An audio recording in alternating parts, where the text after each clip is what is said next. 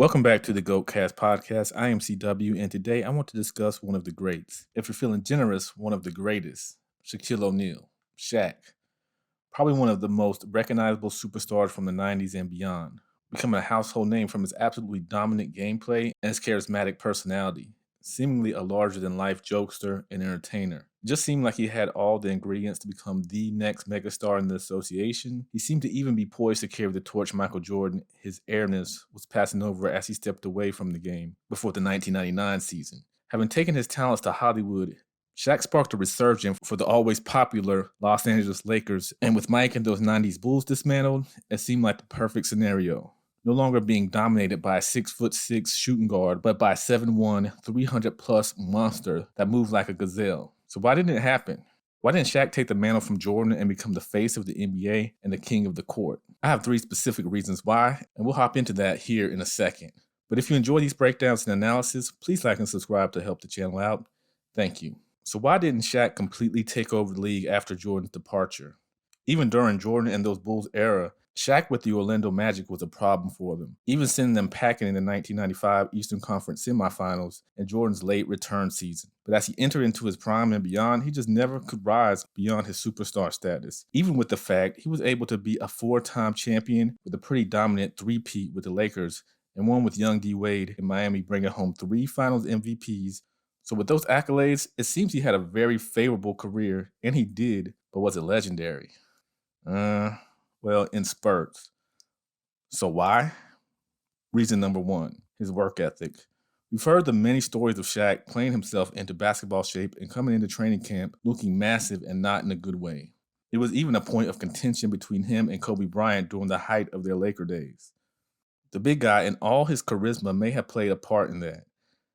As through the late 90s and continuing into the 2000s, Shaq was not only a hot commodity on the court, but on the big screen, starring or appearing in multiple movies in that time, for good or bad, mostly bad.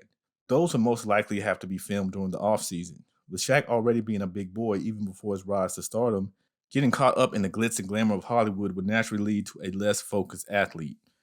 After coming into the league in 92 at around 300 pounds, it seemed like the perfect weight for the big man as he was able to utilize his size and weight in a way few guys that big could. Able to move and maneuver like a wing player, probably the height of his lack of work ethic came in the 2002 Lakers season, electing to wait until right before training camp for toe surgery, and after Shaq ballooned to nearly 380 pounds, the heaviest he had ever been. And of course, I understand that with the surgery on his toe, he wouldn't be able to work out much, but waiting so late to have it done, we could have done it earlier and be rehabbing in time to be in decent enough shape to start that season is why I feel this showed a lack of work ethic. Following his chaotic second half of his Laker career, Shaq would begin his downward spiral. Although able to be a major factor in the Miami Heat's 2006 championship, he was never the same player after his Laker tenure, only averaging 20 points in the regular season during his first 2 Miami years and only averaging double-digit rebounds 2 times after his Laker days. With a little more work in the offseason to preserve his body and the wear and tear of trying to get into superstar basketball shape only during training camp in the season, maybe Shaq would have ascended to the next level and tier above. Reason number 2, his style.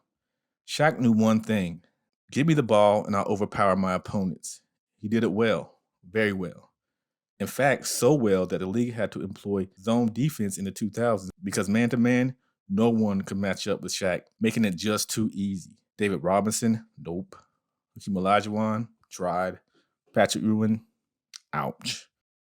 However, combining with his work ethic, or lack of one, a style based off power with a man 7 foot and oftentimes pushing 300 pounds and beyond is taxing. The strain of the hard wood on his legs at his size was sadly not a recipe for longevity as a top star. The fact that Shaq didn't add another go-to move other than just physically overpowering his defenders showed his lack of motivation as the years went on. We've seen many stars in the past, as they've aged, add things to their game to continue to be a prime contributor. Kareem with the sky hook, even as Jordan got older and some of his athleticism wore off, he was able to add a near-perfect fadeaway shot to his repertoire. By no means am I saying Shaq was a role player or a non-factor later in his career. He just wasn't nearly as effective, and due to his style, when those gazelle-like moves dissipate, not having a backup plan or maybe slimming down to help keep up pace hurt some of his legacy in the end. Reason number 3, his competition. Once Mike and those Bulls disbanded, there seemed to be a momentary lapse in a generational type player. Kobe hadn't got there yet. Allen Iverson was gaining traction, but his teams just never gave him that boost. Shaq in LA seemed to be it. As other greats were winding down too, like Hakeem, David Robinson, Patrick Ewing, and others, Shaq seemed to have every tool to be the one above all. But he wasn't. Well, maybe for that three-peat span, but there seemed to be teams and players out there that wouldn't allow Shaq to hold the mantle for long. The Greg Popovich coached Spurs with another superstar in Tim Duncan were absolute thorns in his side. Although Shaq was able to dominate Robinson most times, Duncan's ability and game often equaled out Shaq's ability to win the big man matchup with the Admiral. Kobe began to rise as well, not settling for the Scottie Pippen role in the 1-2 punch, but carving his way into the leadership role of that team. As stated earlier, being vocal of Shaq's work ethic, eventually even surpassing the big man after that three-peat and becoming the man on that team.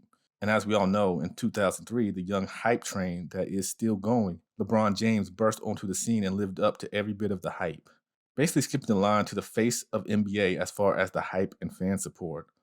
All this kept Shaq from reaching the top of the food chain in the NBA and staying in a certain range throughout his career. What do you all think about Shaq? Is he a top 10 or even top 5 all-time great? Did he waste some prime years by not keeping his body as physically fit as he could? What do you all think? Let me know in the comments section. And if you want to ascend to GOAT status like number 23, please like and subscribe to the channel, and we will be back soon with more content. Thank you.